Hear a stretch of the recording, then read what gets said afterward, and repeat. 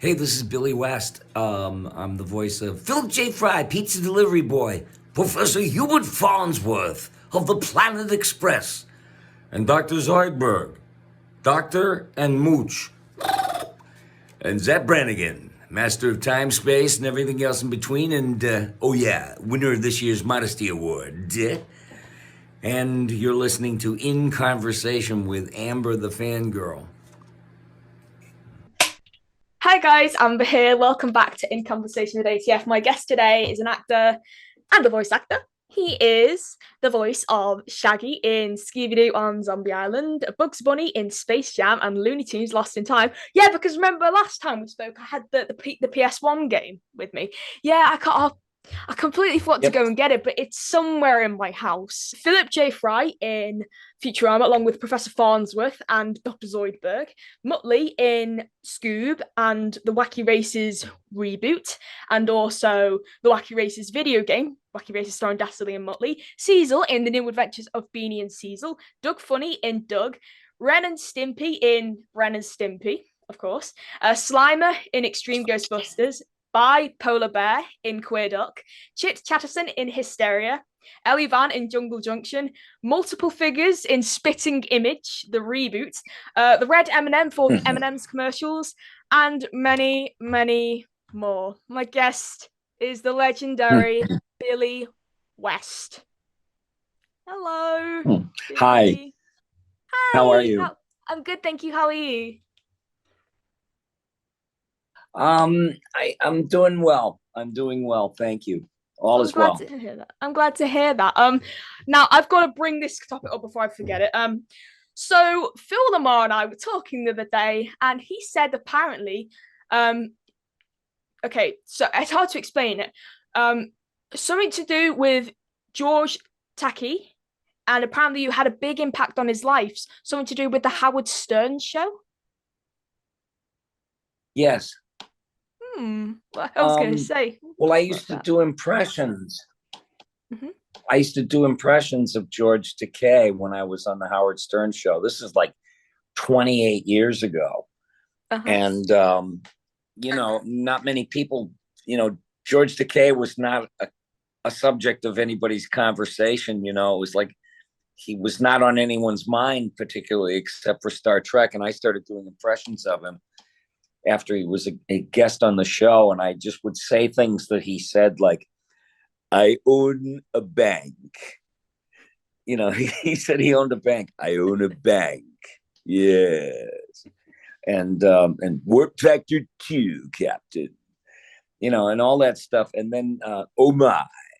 And so it took on a life of its own, and he became a character because of that.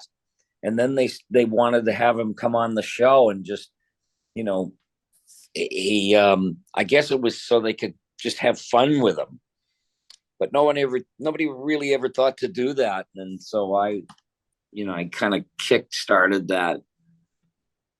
Yeah. Sorry, there's a motorbike going past. You can hear it. And where I'm from, you can hear stuff on the bypass and just goes, like just hear little things in the background. So sorry about that. But yeah, that's All really right. cool. All right. That is so It's real cool. Yeah. life. Yeah. Yeah. It's the perks. Well, when I say perks, I mean what happens when you live in sort of like a sort of little village, just near like a bypass. But yeah, Phil Lamar, of course, told me all about that because I brought up the fact that George Takei was in Transformers Animated. So was Phil, and I actually met George last month at Wales Comic Con in Telford, where you were meant to be last year. So I met him and I did some art for him and Yeah. I gave it to him. Yeah, and it'd be really cool if he came back this May because they've just tonight, it's 21st of January, they've just announced Tara Strong. So like I'm like, oh my gosh, they Oh need to wow. bring Billy. Like, because I said, oh my god, you should invite Tara Strong. And now like I've been saying also you need to bring back Billy West because like I know you had to cancel due to a filming engagement, but oh my gosh, it would be so great to meet you. Well, So I'm doing a lot of shows, mhm. and who knows? Who knows? Maybe I'll find my way to that one. Yeah, and also shows, as in TV shows, Futurama. The reboot of Futurama is nearly here on Yes. Hulu. Wow. So I how's that been going for you in the cast? going great. I've been recording and with a good portion of the cast. A lot of people are not in the same room. A lot of times Phil was at a studio out of his house, and it was me and John DiMaggio, and then John had to film a movie, so he was not around, and they were picking him up separately. So it was Dave Herman, Maurice LaMarche, Lauren Tom, and myself. We would always find each other in the studio, and occasionally Tress McNeil would be there. And it's like we never left when we started doing it again. It was like there was no time off. Everybody just hopped into their seat and continued on. And a lot of people were glad that a 71-year-old guy can still sound like a 25-year-old boy.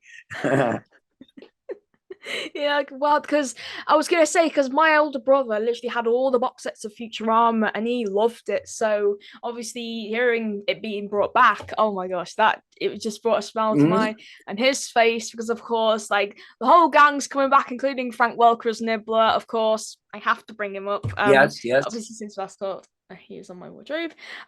So pretty much, Frank Welker. Wow. What was it like working with him on Futurama? Because did you record together or would you record separately? I didn't see Frank much. I as a matter of fact, he recorded lots of stuff separately. So I really didn't see him, but I'm in awe of Frank Welker. I've always been in awe of the guy. He has control over every chamber in his body, it seems like, for the capacity of making sounds, and he's like a sonic delight. Sorry, I just renamed you on the little Zoom thing to Billy West. I could say a little nameplate. Like when you go to Comic Cons and you do panels and they have like a little nameplate there. It's like one of those. Yeah. Yeah. Oh man. What was the Billy last West? What kind of a phony made up name is that? I remember the first time someone said that. I was like, hang on. But then I realized. No, it came originally. We were doing a table read for Futurama, and all of our name tags around the table, you sat where your name was. Yeah. And the writers were sitting next to me, and I picked up the name tag and I looked at it and I said, Billy West, what kind of a phony, fake, made up name is that? And they were sitting there and they wrote that down and they put it in an episode. That's brilliant. Oh my gosh. Because I did say, someone did say it, and I was like, at first I was like, and then I realized it was from a Futurama episode. I was like, oh, right. Okay, yes. I understand now. Right, because it had me frazzled for a few minutes. And I was like, are they having me on? Or I don't know. So what Comic-Con have you just come back to? Because I know you did a Fan Expo New Orleans very recently. I'm not sure, was that the one that you've just been to, or was that a different one? I was in New Orleans, and then I was in Arkansas.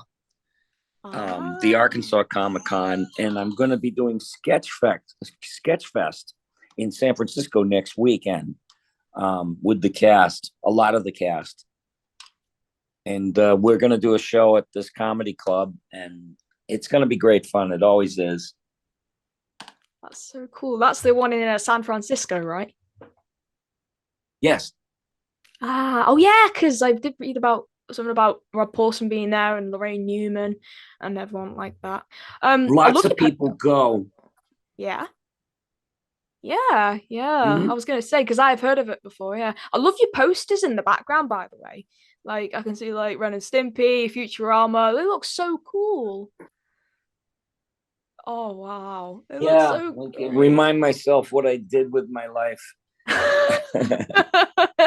Oh my gosh, they are so cool. I love them. Oh my gosh, like I have all these photos of me with voice actors on my wardrobe. It's really because like I can't stick them up on my wall. Nice. That would just mess up the wallpaper. So of course I'd like to pretty much jump right in. I'd like to talk to you about some of your work and everything like that. But of course I'm going to start off with Wacky Races. the reboot and all the surrounding media and stuff?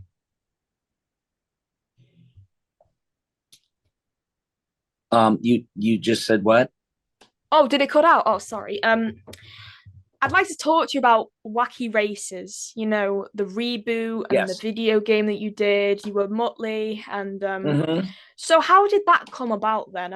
I presume you did it first for the video game because that was a few years after Don Messick passed away. So how did you become the voice of Muttley? Well, everybody has to audition for everything, and I auditioned for it. But Don Messick was so highly specialized that the sounds that he made and everything, they're in a lot of ways he was uncopyable. But I found a way to try to do it, and Mike Disa, the guy that produced and wrote it and directed it, he loved what the actors were doing, and we had such a good time. There was Nicole Parker and Tom Kenny and Jill Kenny. Let's see. Diedrich Bader. I'm trying to think. Diedrich Bader, yeah. And it's slipping my mind. It was like the pandemic hit, and I've got pieces of a fragment, of a memory of certain things. Oh yeah, because Peter Woodward was Dick Dastardly, and I think Peter Woodward. Yeah, and then Phil Lamar was great. He was like Hong Kong Fury. Yeah, in an episode. Yeah, Peter. I like this portrayal of Dastardly. Yeah, he was really good. It was great, and it was fun. Every week I was just like, razzle, frazzle, razzle, frazzle. Oh my god! Oh my gosh! Have I got it? I don't have it. I have a DVD of the reboot. It's like Wacky Races Start Your Engines. It's gone somewhere. I think my brother's taking it. But like, I still like it. But like back when I was 14, I literally used to love the reboot, and just like Dastardly and Muttley were my favorite characters, and just to they were great characters. I'm just like. I just feel it's magical. It really is magical. Oh my gosh.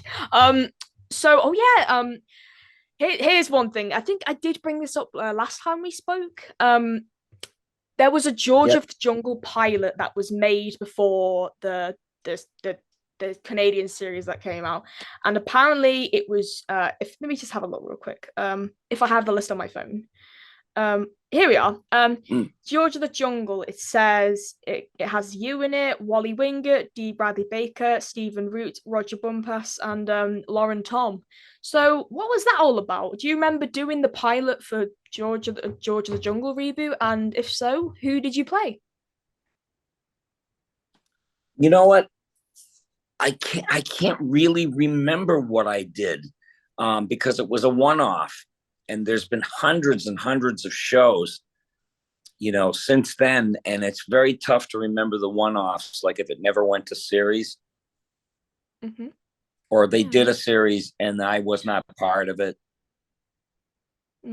Yeah, because it did eventually become a series, but it was a Canadian cast that they used, and it was a different animation studio. Yeah. Yes, so that was really cool. Because go ahead. Yeah. I thought it was. I loved the show originally. I thought that the original show I thought was wonderful. One by Jay Ward.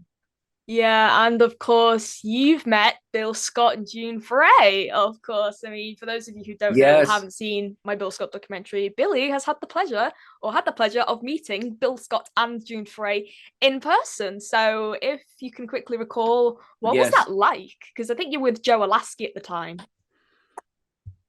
Well, I worked at a radio station in Boston, and this was back in 1986, I think. And Bill and June came to the studios. They were doing little shows around the area, and they were going to do a show at New England Life Hall. And they came to the radio station, and I thought they were wonderful. I was just fawning, and then they left, and I said, well, there they go. So I went out to lunch, and when I came back, there was a note for me saying Bill and June would like you to perform with them tonight at New England Life Hall. And they went to another radio station that Joe Alasky worked at, and they asked him to come and perform. So we performed on stage in front of a big audience, the Rocky and Bullwinkle episode of the Metal Moon Munching Mice. And June Foray played, of course, Natasha and Rocky, and Bill Scott played Bullwinkle. And I did the announcer, Bill Conrad, and Joe Alasky did Boris Badenov. And it was very funny. It was very funny. Wow, that must have been so cool because Yeah. you were like standing and on the plucky squirrel flew to the top of the window. You know, Yeah. that Oh kind my of stuff. gosh. Yeah. Wow. Because Bill died very young because he died in the mid-80s, but then June lived up until about 2017. So that was a big gap between them. Because I presume after I that you know. probably met June a good few times after that. Oh yeah, because, I worked with her yeah. quite a bit. Yeah, she was Granny in Space Jam and, you know, on all the Looney Tunes projects and stuff like that. Yeah, and we did like projects, sound recordings, like a Christmas album once for Warner Brothers, and she was on it. And yeah, it was great. It was great to work with her. She was a joy and a brilliant woman. yeah, I'm just so saddened that I didn't have the chance to talk to her, interact with her, because I started getting into the voiceover business a year after she passed away. So unfortunately, I never had the chance to sort of speak to her and like thank her, like how much she inspired me and stuff like that. But hearing comments from other people like you make me see how loved and treasured she was and still is now that she's gone and when she was around. Yeah. I remember years ago when I first met her, I was shaking her hand, and I was just like, I had total abandon. I just forgot who and what I was and where I was, because I was in awe of her. It's like kept shaking her hand, and she began to look uncomfortable, and I noticed that I had been doing that. Then I turned it around and I said, what are you going to do if I don't let go? And she went, oh my, I said, I want to take you home with me. You're going home with me. I'm going to fold you in half and carry you under my arm, and you're going to stay at my house, and we're going to do voices and have fun. And it was just silly. That's so sweet. It's like you should have just shrank you and put you in a little pocket. Just carried you around with her. Oh, bless. Well, she was bite size. I mean, I'm very short, but she was shorter than me, so I felt like I was towering over her. Oh yeah, I heard she was about like 5 foot. I think 4'9". Bless her. Oh, something bite size.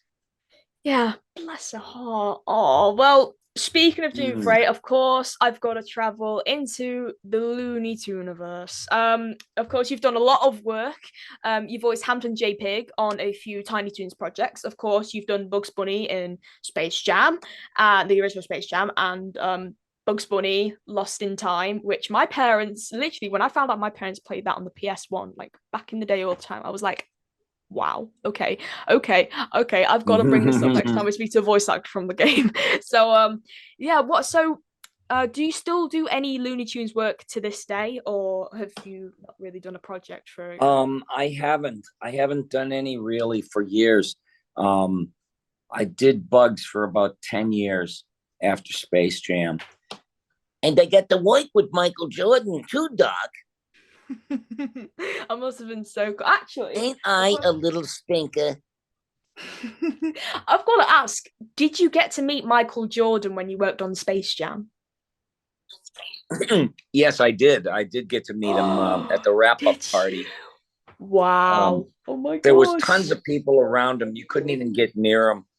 And his agent called out his name, and he turned, and his agent said, Michael, this is Billy West. And he reached over like 5 people and shook my hand because his arm was so long. Yeah. Oh my gosh. It was kind of astonishing. Yeah. That must have been so. Oh yeah, because I met Bill Farmer who was in Space Jam as well. He voiced. Who did he voice? Was it Yes, Sylvester or was it Fargo and Lego? And I can't remember which. Who was he in Space Jam? I think he did. I think he did I've got to search up now. Sylvester the Cat. Yeah, I think because he did have He was great. He was great. yeah, there was a picture of Sylvester on his table, like for from like sign and stuff. I think it definitely was. Yeah, it was Sylvester and Foghorn. I was right, and Yosemite Sam as well. Yeah, wow, that's such a because Yeah, that's Foghorn, such I believe, was done by Greg Burson, oh, was it? Oh, as I right. recall. I was gonna say because I'm looking at the voice cast now, and D. Bradley Baker was in it, Bob Bergen, Maurice Yep. LaMarche, Kath Soucie. Oh, apparently Frank Welker was Yep. the Jordan's pet bulldog in the film. I was like, well, Oh yeah, yeah. Of course, that? of I was course. gonna say, is that true, or do people just like to put Frank Welker whenever there's an animal in a film? I don't know, but I think you know. that they hire him. I think it's a law in Los Angeles. It's an ordinance that you have to hire Frank Welker if there's an animal of any type, and rightly so. Let's Yeah, put it that way. yeah, definitely, I agree. Speaking of Frank Welker, that's actually I think I did hear about this. I like I'm recalling a lot of things I have heard. When you became Slimer on Extreme Ghostbusters, what was Right. the process of you being cast as that? Because I heard apparently they didn't ask Frank Welker to audition. So what was it like with that? Did you ever talk to him about it? What's the story I behind that? did mention it. I was new in town. I mean, brand new, and somebody said they want you to do the character Slimer for Ghostbusters, and I said, well, wait a minute, that's Frank Welker created that character. That was his, and I was kind of naive, and the people in charge said, well, he doesn't want to do it. That's what they said to me. He doesn't want to do it, and they basically lied to me. And so I was mortified when I found out that they never called him. And that's a no-no, I mean, it's just I felt horrible about it. Yeah, that's really scummy. That I think. Yeah. And like, Especially because I revere the guy. I'm in awe. He's incredible. yeah, of course, yeah. So also I'd like to bring up the Legend of Spyro: The Eternal Night. You were the voice of Sparks. Right. Yeah, do you remember doing that at all? Because I'm literally just like looking at your Wikipedia page as we just go through. I'm like, oh, I remember that. I remember that as well. But yeah, You're Spyro. you're picking the lesser known stuff. I mean, I'm like the that. fact that I never even played a video game in my life, it's hard for me to remember what video games I ever did because I don't play them. And I guess for other people, they're just used to hearing it and playing it. And so I remember it was like, it's got to be more than 20 years ago that we did that. Yeah. I was gonna say because I think that was on the Wii. I think because it was released on the Wii, and there was like a good few. Wasn't that? I think that might have been the one with Elijah Wood in it. I think probably it was Elijah Wood and Gary Oldman. Yeah. Crazy. Yeah. I was in good company. Yeah, because I know Spyro. Bear with me one moment. Spyro's voice did change over the years. I think it was voiced by Carlos Alazraki, then Tom Kenny, then Elijah Wood, and then a few others since then. So I don't know what sort of sparked them to cast Elijah, whether it was sort of Hollywood or marketing or I don't know. But I was gonna say I do like bringing up a lot of obscure stuff because even at like panels, I ask like questions that no one else would probably ask because it's just funnier because I know like when Billy, you go to a Comic Con and you're on a panel, what's the most common question that people tend to ask you? I'm trying to think. They ask about how you got the job, how what kind of process is it, auditioning. And it's mostly nowadays. It's mostly about Futurama, and they say, what was it? And I said, I went into audition for 3 characters. And, and I said, I would just love to work with Matt Groening. I was thrilled that I had the opportunity to go in and audition. And, there, there was this professor character. Good news, everyone. Bad news. And then there was the Zoidberg character. You need an autograph? Why not Zoidberg? And also, Phil Hartman was slated to do Zapp Brannigan, and he was dispatched, unfortunately, by his wife. And so they weren't sure if they were going to do it. And they asked me if I had any, interest in trying out for it. And I did this big dumb announcer kind of radio voice that, because I knew Phil. We had gotten together. We did a commercial together in Los Angeles, and he was very generous of spirit. When I first met him, he said, hey, if you ever need any help getting acclimated, to the town or whatever, he said, give me a call. I mean, he was just, spiritually generous. And I remember they called me to hire me for 2 voices on Futurama, the Professor and Zoidberg. And then I remember briefly auditioning for Fry, and the casting didn't work out. And so they asked me if I would do the Fry character. And I said, yeah, sure. And then next thing you know, Zapp Brannigan, they wanted to, do the character. And I said, yeah, well, I'm, I just want to work.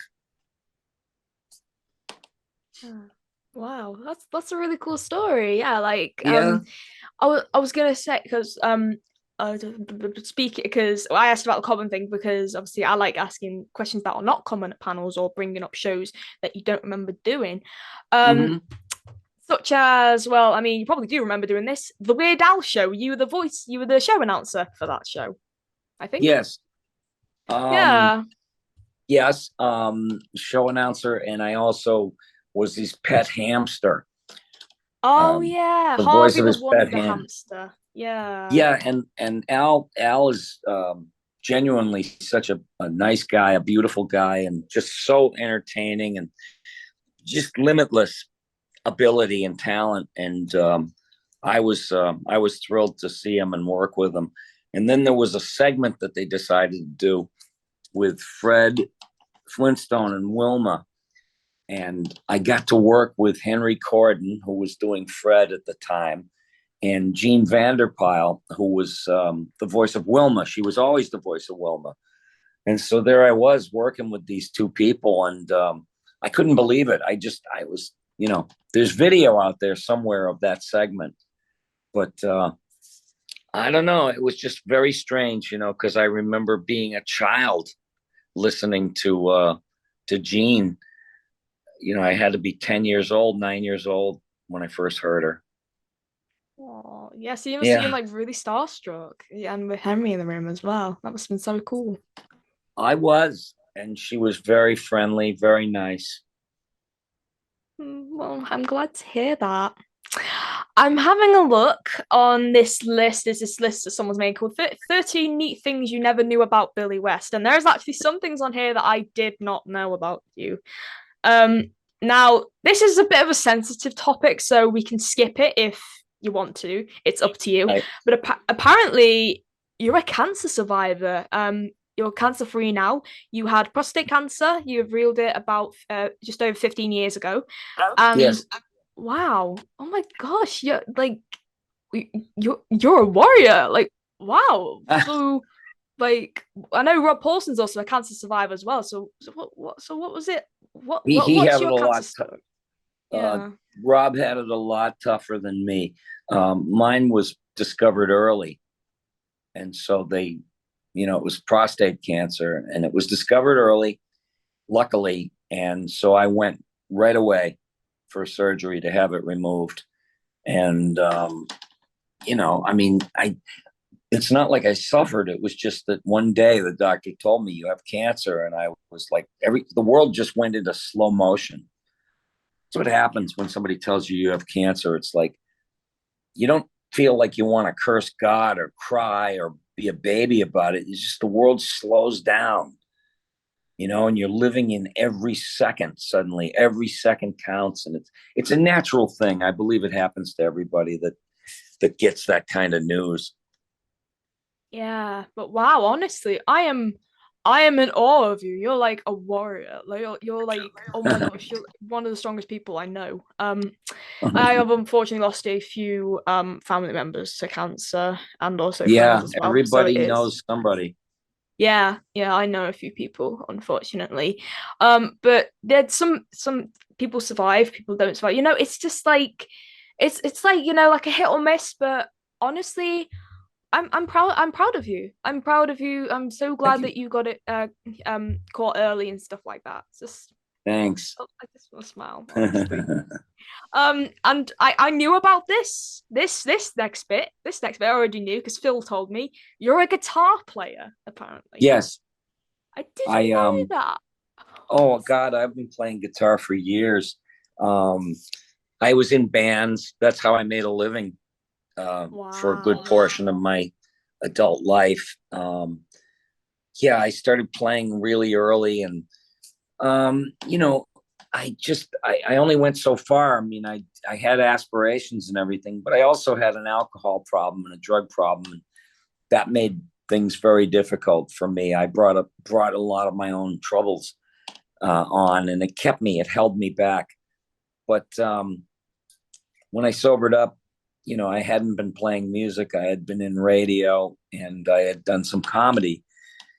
And what brought me back to playing guitar was a friend of mine, Andy Paley, a producer for Warner Brothers. He was given the assignment of producing Brian Wilson's solo album. So Andy called me up and he said, Brian's going to do some gigs, in New York City. And he said, do you want to play? And I was like, oh God, yes. And he was one of my heroes. He's still one of my heroes. And, leader of the Beach Boys, guy that wrote Good Vibrations and God Only Knows. I mean, all those songs. And here I was playing alongside of him. We played on the David Letterman show and did some jobs around New York. It was thrilling to play with him. Played at Lincoln Center. Yeah. But imagine, I had just about given it up. I mean, I still had guitars and I still could play, but I had no intention of doing anything professionally anymore. And I get dragged out of retirement to play with my hero. Oh, so cool. I've literally just found this out. I don't know why I've just found that out because I've literally been obsessed with this for the past year now. The DC animated universe with the voice of Skeets in Justice League Unlimited, the episode The Greatest Story Never Told, and I believe he voiced him in a few other things as well, like Batman Brave the Yes. World and stuff like that. Now I'm looking at the episode's cast. Of course, Phil's there. Of course, Carl Lumbly's there, who I spoke to again recently. Of course, Kevin Conroy was in the cast as Batman, and we just lost him. Did you do a group record for this episode? I did a record for Booster Gold. He was the character, and his partner, his advisor, his pal was the floating, hovering Skeets, who was like his Jiminy Cricket in a way, sort of like his voice of reason. And and Bruce Timm asked me to do the voice, and I said, well, what are you looking for? He goes, just be Billy, so I had that unassuming, I don't have a professional presentation, when I'm talking. And he said, just I'd be careful if I were you, sir.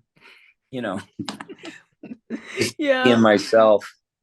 That's so cool though, because like to see that these voice actors are a part of like my obsessions, it's just wow. Okay, this is like on another level completely.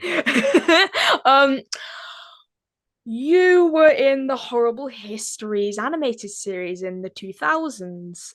Yes. And this was like an American cartoon. Now, of course, us Brits aren't familiar with this one, more familiar with the live action Horrible Histories series that was made a few years after this. So what was it like doing this series back in the, because it aired on CITV over here in the UK, along with like your shows like Dog and Extreme Ghostbusters. So you were heard a lot on that channel.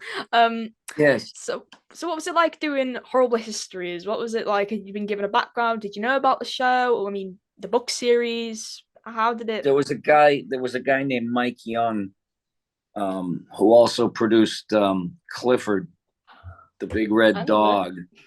Mike, and Mike Young, was producing this show, and let's see, we were doing historical characters, except that they had a twisted touch to the history and to the characters, and they were very esoteric and eccentric. And Cree Summer Frank did voices with us, and it was me and Jess Harnell. And we just had a lot of fun. It was a lot of work. I think there were a lot of shows, and I just remember it being very entertaining, and it was a way to teach history. Yeah. I mean, I literally went crazy there because I know Mike. He's from Wales. And of course, yeah, he was the creator of Super Ted, which is it was really popular over here. And of course, he moved to America, set up Mike Young Productions, Splash Entertainment. He's also my mentor, and I've also had him on this podcast. And he is such a nice guy. Like, he's given me so many tips, and he's so helpful, and he's basically like a voiceover teacher to me. Like, he's one of the coolest guys. So to hear you bring him up, I didn't expect that. I was like, oh wow, okay. Yeah. Well, I've just told him that I'm I'll tell him that you said hi, because I have him on a messenger here. So I really liked him very much. Yeah, he's still around. He's still doing shows and stuff. Because I was talking about this with Frank. Yeah, that we were like, oh yeah, I haven't. He was like, oh, I haven't spoken to Mike in a while. I was like, okay, I'll pass on a message to you, because I'm literally in touch with him. So yeah, I'll tell him. I've told him you said hi. Oh, hang on a minute. I just lost track of where. Oh yes. Okay, I've got to bring this up because this is okay. I keep forgetting that some of your roles have links to people on my wardrobe. You were in the 7D. You were Bashful. Yes. One of the dwarves. You can't really see him, but I've met Kelly Ward in person, the voice director for the show.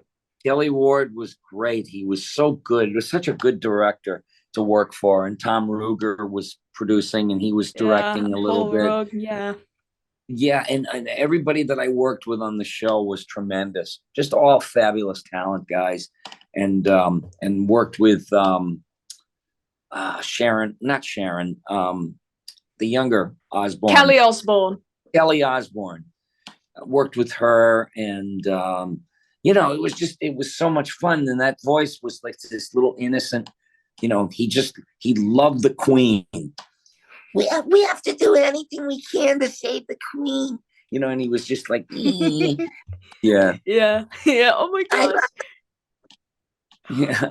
Cool. Oh my gosh, just like hearing it. And of course, you also did an episode of Star versus the Forces of Evil, which Kelly also voice directed, because we were talking about this. I met Kelly at his first England Comic-Con appearance. Like, he's never done one before, but he did one last year. He was at Liverpool Comic-Con because he was like a Grease reunion, because he was in the original Grease, the film from the 70s. Right. Yeah. So we met, and I was there to talk about his voiceover directing. So we had a good long chat about who he's worked with and everything like that. So he was really lovely. Like, I have forgotten you'd done that. I can't believe. I was mentioning these people. I was like, oh yeah, Kelly Ward. And I'm like, of course you've worked with him. Of course you've worked with him. And Bill Farmer. Of course you've worked with him on Space Jam in the 70s. And Maurice LaMarche was on the show, and Stephen Stanton and Scott Menville. And D. Bradley Baker, Jim Cummings. Yeah, Jim Cummings and Kevin Michael Richardson.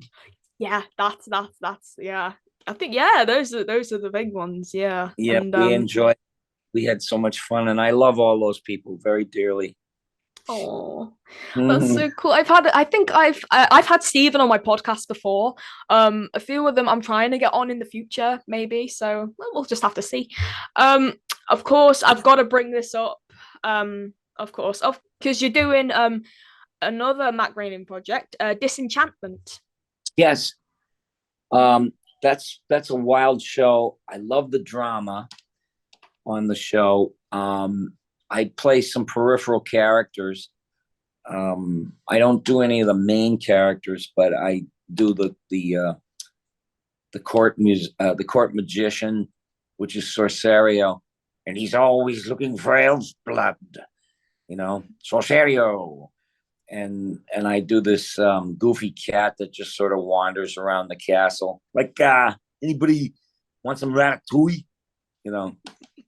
And let's see. Oh, and there was this jester character who would always fall through a trapdoor.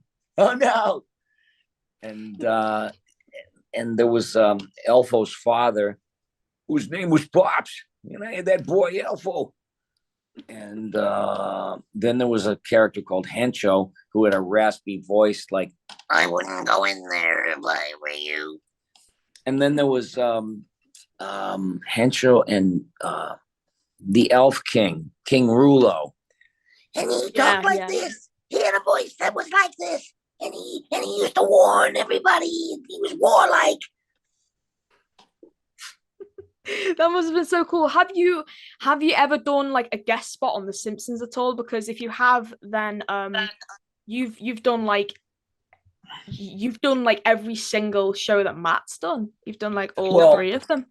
We did a crossover episode between Futurama and The Simpsons once, and so that was the only time I was ever on that show. Ah, right. I see. That, well, still, it still counts. It still counts. Yeah. Oh, sure. Yeah, of course. Now this one particularly surprised me when I first watched it because I was like, "Oh, what are you doing there, Billy?" And of course, I was like that with Phil Lamar as well. The reboot of Spitting Image. Now, yes. What was that like to do? Had you ever seen the original Spitting Image before? Yes, I did see the original, and it was striking visually, and I liked the character impersonations and stuff. To do the new one, it was strange because we were still in the COVID situation, and I was working out of my house, and I wasn't sure how it was playing because you don't have anybody to look at to see, how you're doing. Like, we love it, we hate it. You gotta interpret. And everybody seemed to be pretty happy, and I had fun. I was doing Joe Biden, and I was doing Mark Zuckerberg and Vladimir Putin, and Zuckerberg. And another thing that you've done, now I've got to bring this up because seeing the cast of this film, I was like, okay, this is probably the greatest crossover I have ever seen. You did Comic Book the Movie, which was Mark Hamill's live action film, and oh my gosh, looking at the cast, I'm jealous, like really jealous, because it's Darren Norris and Tara Strong and Arlene Sorkin, the original Harley Quinn, and Roger Rose, that's who I originally spoke to about the film, and Tom Kenny was in it, Jonathan Winters was in it. Wow. Sid Caesar. Those were my two idols. My comedy idols was Sid Caesar and Jonathan Winters, and here they were, and I got to sit in a room and I got to work with them, and that's another situation where my mother let me stay up in the 1950s. There was 3 channels on television. It was black and white, and everything went off the air at 11 p.m. And then there was nothing. And so here was the guy. He was like the biggest thing in television in the 1950s, Sid Caesar. He had his own show. And he was the first televised image I ever recall watching. And I was blown away that day. I was so thankful my mom let me stay up late and watch, because I was just absolutely blown away. I was never the same after that. And I always had an affinity for the guy and was a fan. Same with Jonathan Winters. I used to see him on TV when I was a kid. And I was thrilled out of my mind. I got to talk to them and, find out what was going on with them. And I was nothing but inspired and thrilled to death. Oh, because I'm like that with like every single voice actor I meet. Guilty pleasure, I know. But you know, just even like I mean, it's not like I've worked with these people. It's mainly just been through interviews or conventions that I've met them at. So of course I am over the moon to talk to you. I mean, of Yeah. course, like I've spoken to you before over video Mhm. chat and stuff like that. Yeah.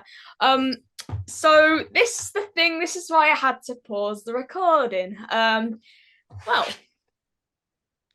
Bugs Bunny Lost in Time for the PlayStation 1. This has been with us since the game was pretty much first released, which was 1999. And it was made by Wow. Infogrames Sheffield. And the cast list is actually so cool. I mean, there's Jess Harnell, Mel Blanc's recycled voice recordings for Yosemite Sam, June Freya's Witch Hazel, Joe Alaskey. Wow, he did a lot of characters in the game. And of course, you were Bugs Bunny and Elmer Fudd. So I'm having a look. So this is like the original PlayStation. Like Wow. It's so yeah, funny. I've never seen that. oh, and it's got a little book here, Oh, and that's there's so this. cool. I know. Look at that. Yeah, That's amazing. I So long know. ago.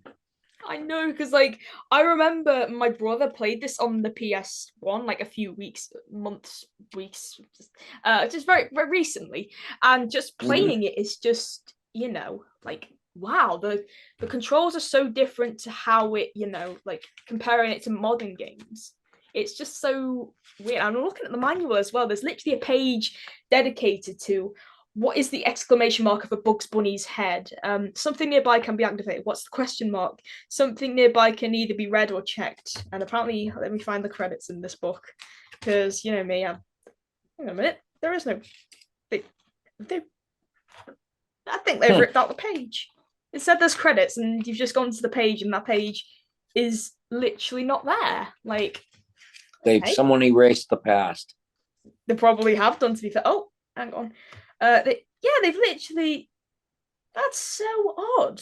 Like the credits are there for the other languages, but like the credits for the English language are just not there at all.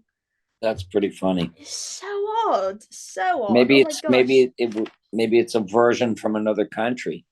Oh, maybe. And they didn't But think the American stuff was worth talking about. it doesn't look like the page has been ripped, or has it? I don't know. I hope it's nothing. Oh, well, it goes from like page 20 to page 23, so maybe. I don't know. But whilst I look through this page to find the credits that probably those don't even pages were exist. those pages were lost in time. Oh.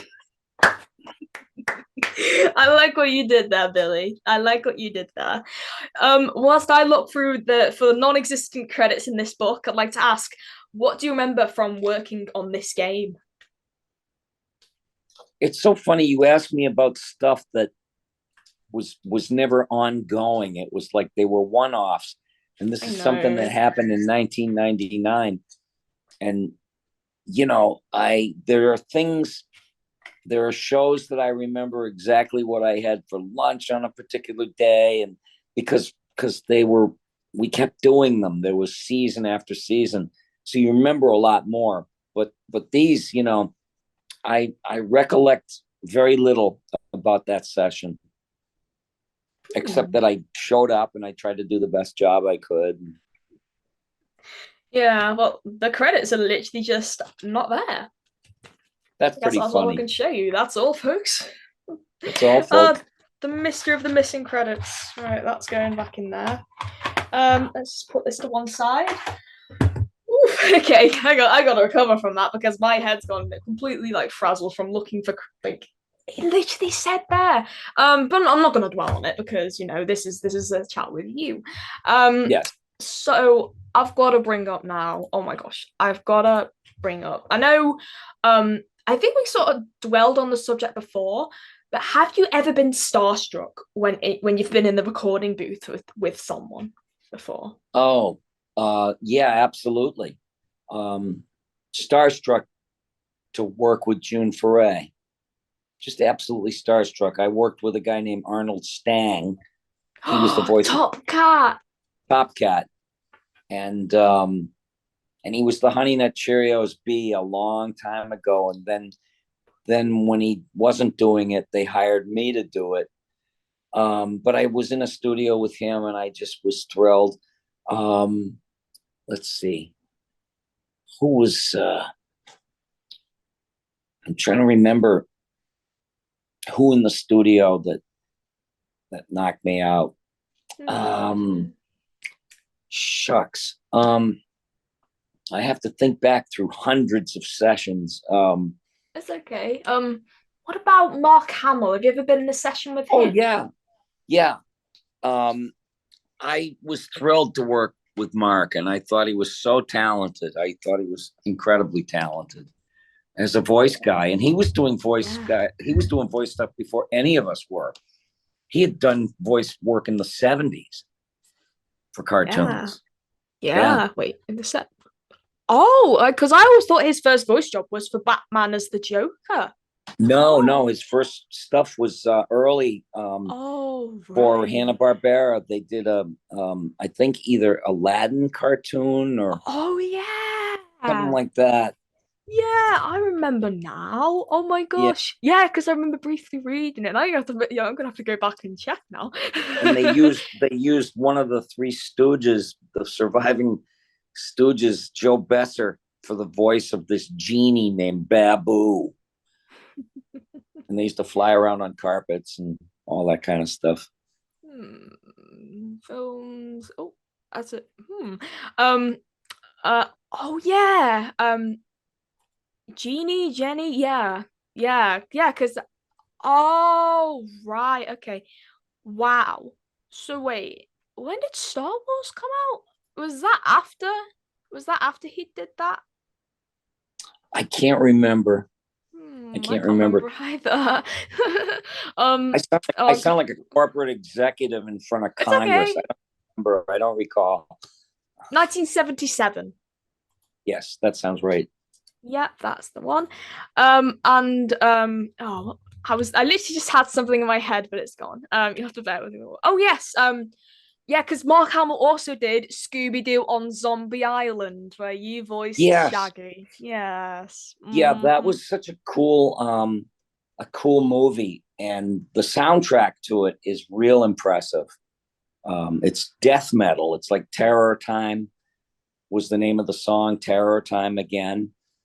And I did Shaggy for that, and I enjoyed it. I thought it was great.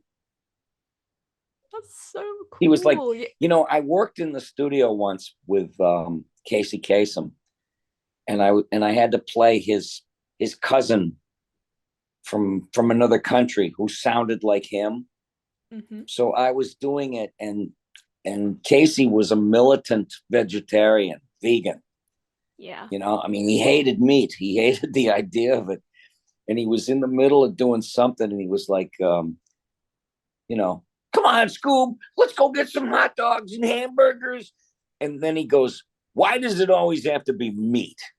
He got mad. He wanted Scooby Snacks to be vegetarian. Pretty funny. Yeah. How come apparently people say that you only did Shaggy for that film because you were meant to return for Witch's Ghost, but it was apparently when you were busy doing Futurama or something? I think so. I think that's what happened. Yeah, I think your take on Shaggy was really good. It was really good, honestly. Oh, thank you. You're welcome. Thank you very much. I know it's so sacred to people, so I wanted to be as faithful as I could be. Yeah, honestly, you're up there with Casey Kasem. Now there's a whole new take on Scooby-Doo, and it's like, what the hell? Why don't they just do a new project? Yeah, it's like going back and the sins of the father, going back and beat up the past because it's politically incorrect, so we have to go back and gang up on the past and beat up the past. The past is what it was. If you're going to do something new. Yeah, don't tamper with the classics. Don't if it's not broke, if it ain't broke, don't fix it. No, and the whole idea of it was almost like they're trying to prove how cool the character is rather than whether it's a character at all enough to merit having a show built around it with with the name of the character. Yeah, If yeah. you just have this smart assy character, you have very little emotional resonance or feeling for it. Yeah, definitely. So I was just like, oh God, the Scooby-Doo fans are going to be very unhappy with this. Yeah, but I think you still did really good. I mean, it's a really good film. Like the whole cast. I mean, Frank was in it. Tara Strong was in it. Mary Kay Bergman as the voice of Daphne. Wow, like she's so good at it. Like, I mean, Which one? I've seen. About Zombie Island? Yeah, Zombie Island. Yeah. Yes. And like I've seen pictures from behind the scenes of like the script reads and stuff. I think Scott Innes put them on Facebook the other day, but just seeing all this cast there at Warner Brothers, Hanna-Barbera, it's just like, wow, this is like, okay, this is really cool. So that must have been really historic fun. when you look back. Yeah, of course, yeah. Now this is a very silly question because I know you're probably not going to get a good answer to this. What's been your favorite project ever to work on? Favorite project ever is Futurama, hands down. I mean, I thought Futurama was perfect on every level, every single level. The directing, the writing, production values, the animation, the voice work is like, and I'm not saying this because I'm on it, but I mean, there's like brilliant voice people that I'm working with, like Tress MacNeille. John DiMaggio has really become a stellar voice performer, and he had done no animation when I first met him, and then he just took off, and I knew he would. But I mean, the gold standard of voiceovers was going on, and I don't particularly mean me or because I'm on it. It's just that's how I feel about the rest of the cast. And Katie Segal is very unique sounding. No one sounds like her, and she's also a musician. She's a singer, and she sang with Bette Midler once in her band. Yeah. Oh my gosh. Yeah. That is so cool. Have you ever talked to her about music at all, like, or playing in a band or anything? We probably chatted. I remember she told us, hey guys, my band is playing at this club in Los Angeles. And we all went down, or a few of us did. And I was sitting in a booth and I was watching her singing, and she wrote a tune and she performed it. And I was getting teary. I was getting emotional. And it reminded me of something that was very important to me, an artist that was very important to me. And Katie came over and she said, what do you think? And I said, oh, Katie, you got me with that song. I mean, I'm practically crying. I said, no offense, but you remind me of a singer that I loved named Laura Nyro. And she said she was my idol. Oh, yeah, so Laura Nyro was one of my heroes too, like Brian Wilson. Yeah. Laura Nyro was from another planet. The songs she wrote so many hits. Wow. So who else is No, I mean, I could tell that Katie obviously was a fan of Laura Nyro's. I just didn't realize that was her idol. Yeah, I was gonna ask who are your musical heroes, as in singers, guitar players, We just lost one of my heroes, the guitar player Jeff Beck. Oh yeah, Jeff Beck. I was a fan of his since I was 15. Since I was 15 or 16, I first heard the Yardbirds, and he was one of the guitarists. Out of that group came Eric Clapton at one point, and Jimmy Page came from it. And Jeff Beck, to me, I thought he was the pace car of the three of them, and that wasn't an opinion that was shared by a lot of guitar players. Everybody was like, fangirling and fanboying over Eric Clapton. Clapton was a blues player, Jeff Beck threw the rule book out. There's so many blues players, but Jeff Beck took the 12-bar blues and snapped it in half and threw the rule book out the window and played with cosmic abandon, almost like a Hendrix. He was up there with Hendrix. And and I always used to say, well, he's my favorite. I can't quite tell you why, but it's like listening to him was like sticking your finger in an electric socket, That's the best way I've heard someone describe another person's performance. I'm probably going to start using that from now on. Yeah, somehow it was hair. Some of the solos he played were hair raising and make you want to just scream, like, what the hell is going on? And, so I was very sad when he passed. And I had seen him so many times, and I met him. I actually met him. I'm one of those people that can keep, saying during a conversation, I met or worked with a lot of my heroes. Gosh. I met Les Paul once, but I found myself, I was trying to go backstage at a concert in Jones Beach at this venue, and we were going backstage and we ran into Max Weinberg, who was the drummer for Bruce Springsteen, and his band used to play on the Conan O'Brien show. They were the house band. So we ran into him and he recognized me because I had been a guest on the show. And he said, "Are you going back to see Jeff?" I said, "Yeah, I'd love to, but we keep getting like stopped and barricaded and everything." He said, "Come on, I'll introduce you." So he brings me back, and my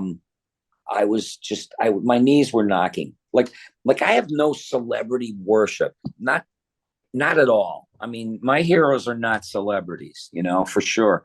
My heroes were artists, painters, sculptors, composers, Yeah. And also, I have to say, my heroes are also frontline medical workers, but not celebrities.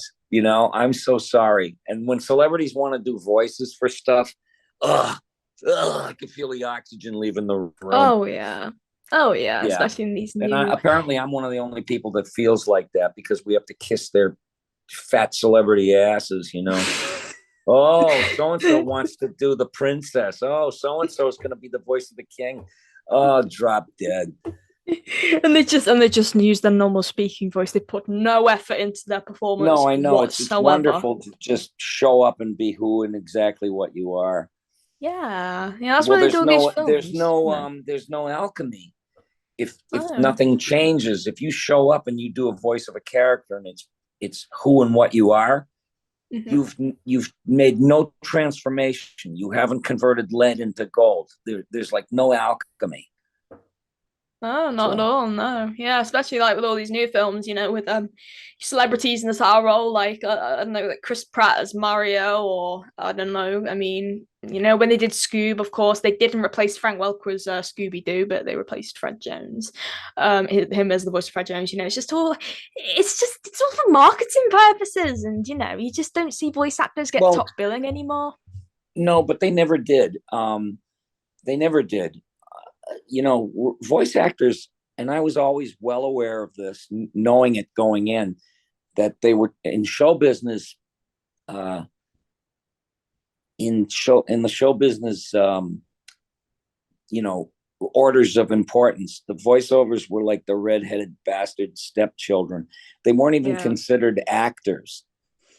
And I know voice actors that are also stage and television actors that can piss circles around any of these damn celebrities, but they have to have the special treatment and the pomp and circumstance that goes with being a celebrity.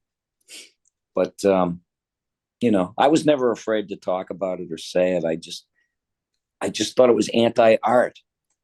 You have a chance to create a beautiful character, and somebody develops it and the look of it and how it behaves and the personality. And then all of a sudden you hire a celebrity doing their own voice for the character. That's like taking a bath with your socks on. Oh, hang on. I thought it was anti-art to hire celebrities to just do who and what exactly they were. There's no stretch there. There's no alchemy. But that's what they want to do. Executives think that it translates instantly into audience. Yeah. You know, well, we gotta have a celebrity. You know, they call it stunt casting. Yeah. Now, I don't care about live action. You know, have all the celebrities you want, but when you're dealing with animation and animated voices for characters in animation, don't waste those beautiful opportunities, you know, to have something new and different. Yeah. We don't need something to be pre-sold, especially if it's any good. You know, that's the belt and suspenders thing. It's like, well, we want to take out an insurance policy that our character will be popular, so we have to have Lady Gaga do it, or The Rock. Yeah. You know, I mean, Yeah. it has nothing to do with the work or the character. When the phone rang, I said, that's the president of show business calling me up to scold me for talking shit about their precious their precious star system. We don't want to lose that, God. you know. Yeah, so what? That So everything. So what? Everything's animated now. Everything's an animated movie, and they're animated this and that. And it's like, oh, good God, we'll have no live action films. What are we gonna do with our stars? We'll lose our precious star system.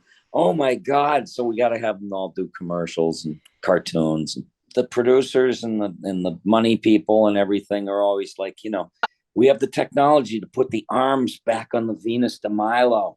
You know, what are we waiting for? You know, and it's like, why? Why would you ever do that? Yeah, of course. It's just corporate think, you know.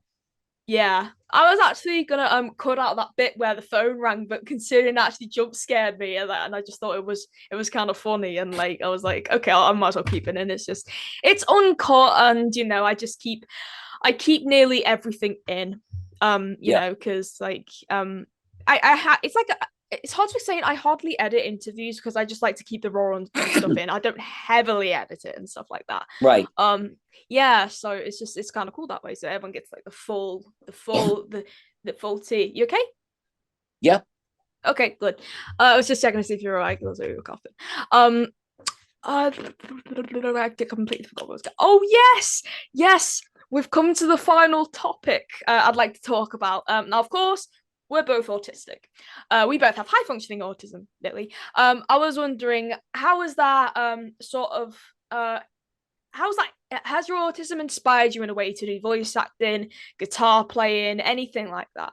Because as an autistic voice actress myself, and I know there's a lot of other autistic voice actors out there, of course, like they look up to you and other people or the voice actors who have autism. So I was wondering, has it inspired you in any way? What's you know, how much of I didn't know much about autism.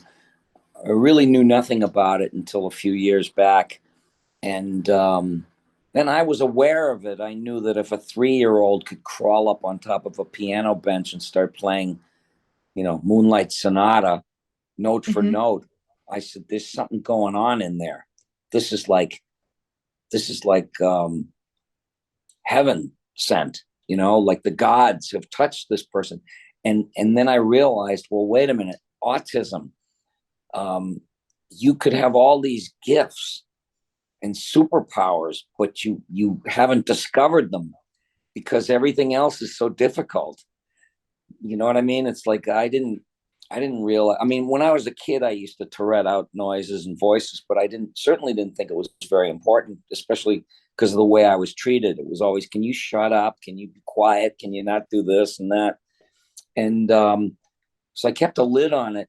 And then, you know, I began to think seriously about the fact that I could do characters and create characters and do voices of various people, including women and kids. And I thought, I didn't think of it as a gift. And then I began to think of it as that. And then I thought, all the autistic people that I meet, there is some highly specialized, hyper-focused, laser-focused thing that is going on in there. And it's going to come out someday, and they're going to discover what their superpower is. And that's how I look at it. I also have feelings about autism. I have a feeling that, well, society, it's no secret that society is in serious trouble, especially in this country. When you've got people willing to pull a Joe Pesci at 35,000 feet in an airplane, risking everybody's life over a candy bar or a bag of almonds, you know what I mean? It's like there's something way off, way off, where people are trying to run each other over on the street over a parking space, and it's so fucked up. And it's like, yes, we're trying to, the news reporters go, well, another day, another craziness. Well, I guess that's the new normal. And I'm thinking to myself, screw that. It's not the new normal. It's bizarro world. People are getting bizarre. And we might want to try and normalize it by saying it's the new normal. But nature does not look the other way. Nature does not turn away when things are bizarre like that and so dissolute. So what happens is it has to make a correction. It has to intervene. It always has. And then it dawned on me. I said, that's what autism is. It's nature making a correction.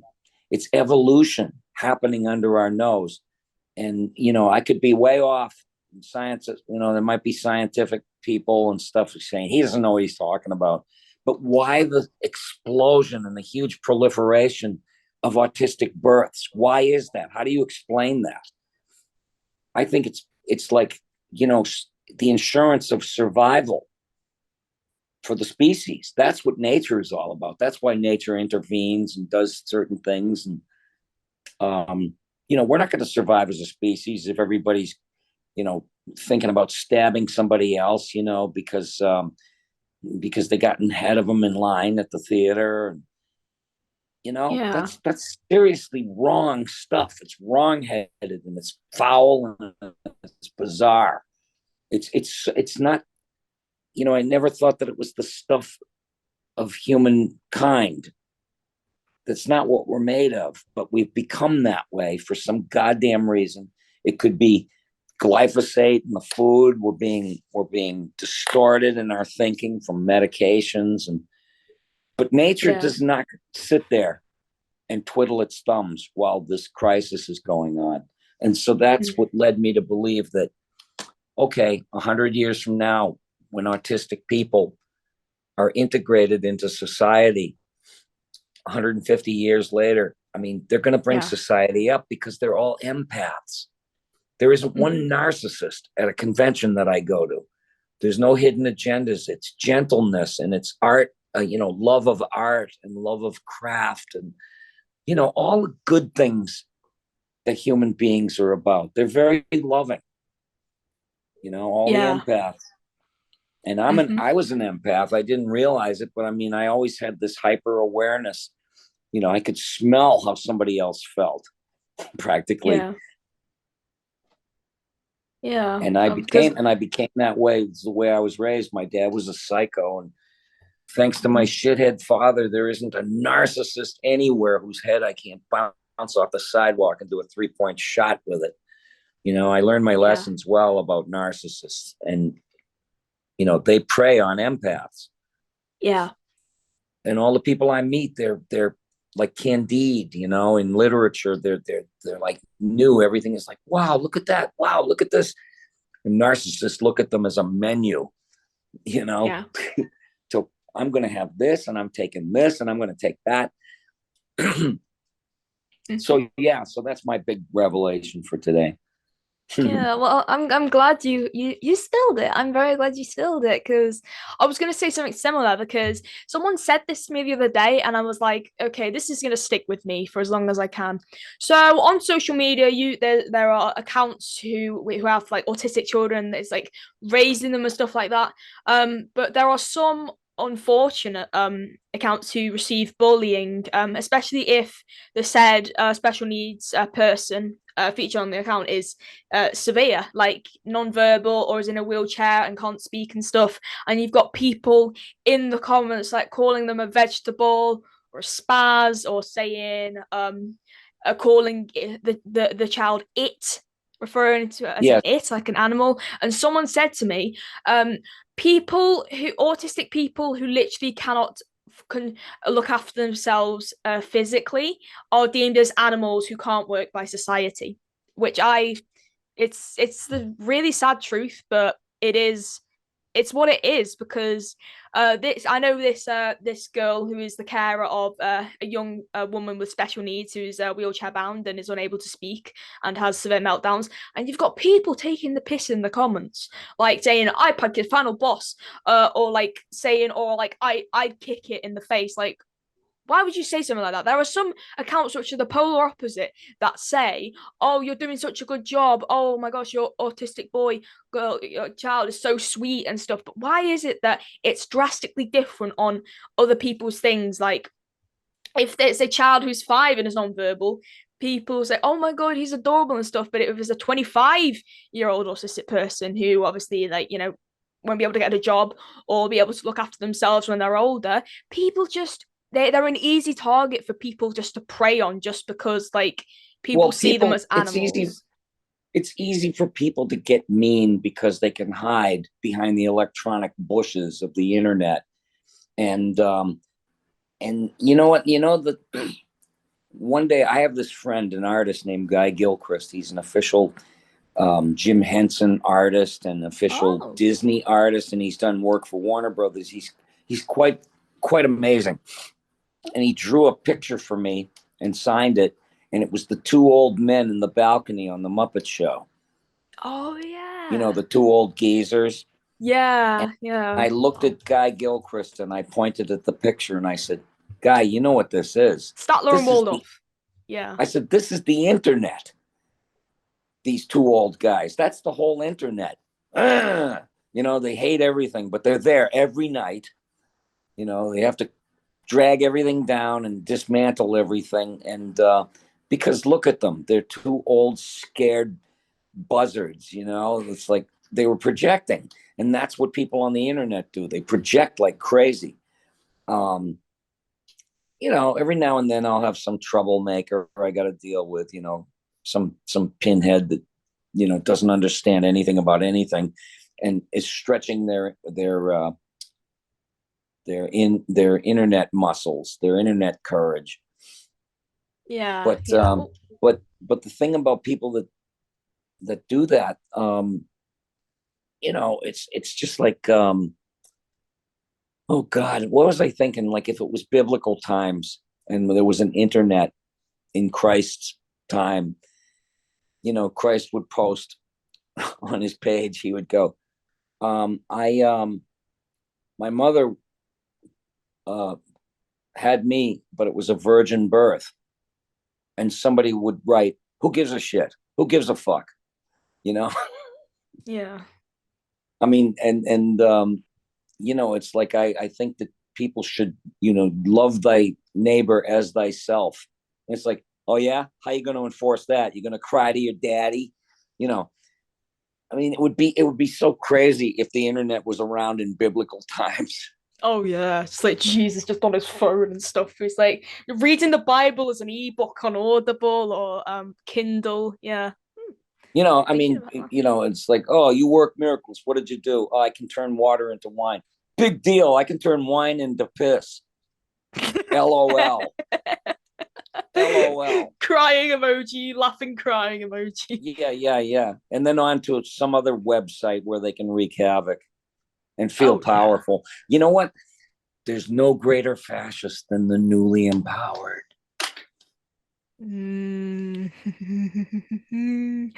Oh my gosh. Wow, that was such a poignant poignant, is that how you say it? Yeah. Yeah, that was a really poignant strong conversation. Yeah. Because it has hit home for me because of all the bullying I've received in the past, and my brother, we've had comments from strangers and from stuff, because like I'm high functioning, my brother's low functioning. I mean, people don't use those terms anymore. I don't know why. No. Apparently they just call it autism now, but I'd still use high functioning and low functioning, because I'm like, I'm autistic, says my brother. I'm like, well, your brother's autistic, but what are you? You don't look autistic, you don't seem to be autistic. I'm like, oh really? Oh well, if I were to show you my hyperfixations, my love for voice acting, my love for kids shows, would you think I was autistic? I don't know, but you know what the bottom line is? Why would you ever feel responsible to answer somebody who's interrogating you or bringing you up on charges or something? it's like that's the beauty of having control over yourself and your emotions and your life is you don't have to explain shit to anybody. No. You know, especially as an adult. Yeah, of course. Yeah, you've just got to let it roll past, That's right. Just, yeah, you just got to rise above it. Just pretend they're not there, because if you stoop down to their level, you're just as bad as them. And just hang on to life as it is, really. You know. Mm-hmm. Billy, thank you so much for being on my podcast. We'll have to do a part My 2. pleasure, Amber. I really appreciate it. You're welcome. Yeah, I'm saying you're welcome back because I don't know, but yeah, I'll definitely have to invite you back for a part 2 in the future, of course. Okay.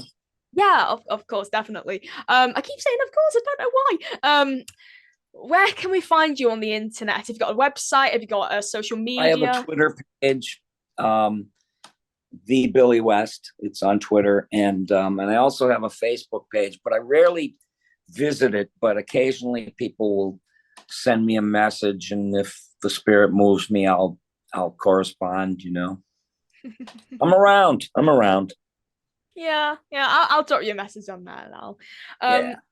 So with that, this little episode of In Conversation with ATF has come to an end. You've been watching In Conversation with ATF, Billy West edition. Thank you so much for watching. Don't forget to like, comment, subscribe. Go check out Billy on all of his social media pages and in all the shows and films and video games that he's been in. And we'll see you around. Thank you so much. All right. Oh. And as a final word, goodbye. Thank you guys for watching. Take care. Bye. And cut.